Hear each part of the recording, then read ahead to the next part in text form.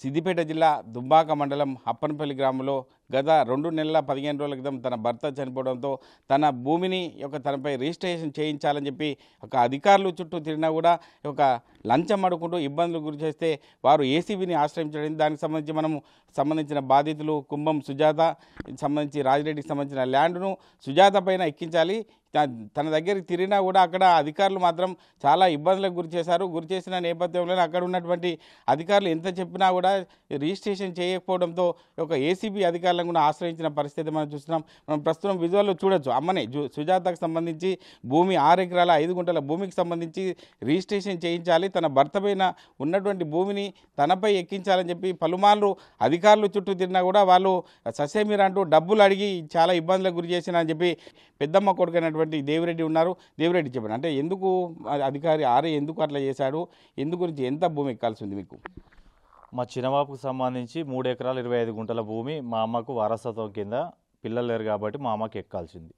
ఆ భూమిని ఎక్కిమని చెప్పేసి మేము ఆర్ఐ గారిని రిక్వెస్ట్ చేస్తే సక్సెషన్లు ఉంది, ఈ ల్యాండ్ ఎవరో స్లాట్ బుక్ చేసి పెట్టారు, ఇది పెండింగ్లు ఉంది అని చెప్పేసి ఒక 15 రోజులు మాకు సతాయించడం జరిగింది.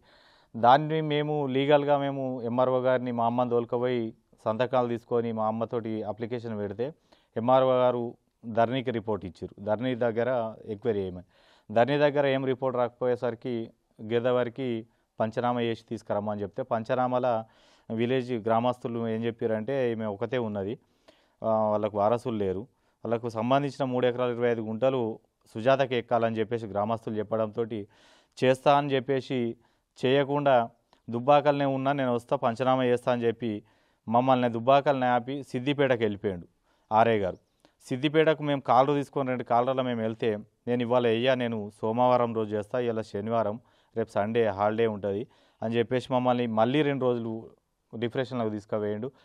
అదే సోమవారం అయినా సరే మాకు మీరే ఇప్పుడు మా ముంగట రాస్తే సోమవారమే మీరు ఎంఆర్ఓ గారికి ఇవ్వండి అని మేము చెప్తే ఇస్తామని చెప్పి సతాయిస్తే మేము కొంచెం సీరియస్గా మాట్లాడితే అప్పటిదప్పుడు రాసి సోమవారం ఇచ్చిండు.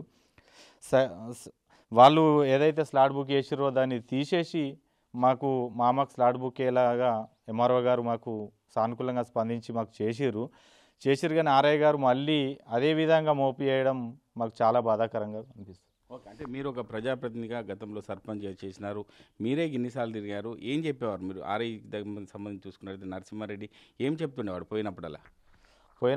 ఏం చెప్తలేడు. ఎవరితోటి మీరు ఫోన్ కాల్ మాట్లాడేద్దు అంటే నేను 5 సంవత్సరాలు సర్పంచ్గా చేసిన, నాకే గింత విలువ లేకుండా మీరు మాట్లాడుతురు, మరి ఏందో మీది చెప్తే అయిపోద్ది కదా అని చెప్తే మీరు సిద్దిపేటకు రండి, సిద్దిపేటకు వస్తే నేను చెప్తా పూర్తి వివరాలని చెప్పి ఆర్డీఓ ఆఫీస్కు పిలిపించుకున్నాను. నన్ను ఆర్డీఓ ఆఫీస్కు పిలిపించుకున్న తర్వాత సార్కు ఇవ్వాలి, ఎంతో కొంత అమౌంట్ ఇవ్వాలి అంటే ఎంతో చెప్తే కదా నేను మాట్లాడేది అని చెప్పేసి మా అమ్మ కూడా చెప్పుకునే బాధ్యత నాకు ఉంటుంది కాబట్టి చెప్తా అని చెప్తే ఒక 50 ఇద్దాము అని చెప్పేసి మాట్లాడడం జరిగింది.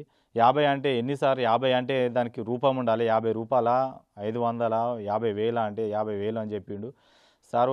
నేను ప్రజాప్రతినిధి, 5 సంవత్సరాలు కంప్లీట్ అయిపోయింది, నీకు సంబంధించిన ఒక రెడ్డి కులస్తుంది, మీరు ముఖం కూడా చూస్తలేరని చెప్పేసి అంటే ఒక 40,000 ఇవ్వమని చెప్పడం జరిగింది. ఓకే, అదే కాకుండా ఆ భూమి చాలా విలువైన భూమి, ఆ భూమికి 5 నుంచి 10 లక్షలు ఇచ్చినా సరిపోదని చెప్పి మీతో చెప్పినట్టు తెలిసింది, అది నిజమేనా? అవును, వాస్తవము. ఒక 3 ఎకర్ 25 గుంట ఉంది కాబట్టి 3 ఎకరాలు 25 గుంటలు ఉంది కాబట్టి కోట్లకు విలువైన భూమి వాళ్ళు నేను చెప్తే 20 లక్షలైన ఇస్తారు, మీరు 5 నుండి 10 లక్షలు ఇచ్చినా తక్కువనే. ఒక ప్రైవేటు దగ్గర అంటే ఒక టీ టైం దగ్గర మాట్లాడిన విషయం ఏంటంటే నువ్వు 5 కాదు 10 లక్షలు ఇచ్చినా తక్కువనే, ధర్మం కొద్దీ మీ గురించి కొట్లాడుతున్నా కాబట్టి మీరు ఎంతో కొంత ఇవ్వాల్సి ఉంటుంది అని చెప్పేసి మాకు చెప్పడం జరిగింది. ఓకే, అంటే జరిగిన సంఘటన బట్టి ఏసీబీ అధికారులు ఇప్పటికే అతన్ని అదుపులోకి తీసుకున్నారు, కానీ ఏం చెప్తారు మీరు చివరగా?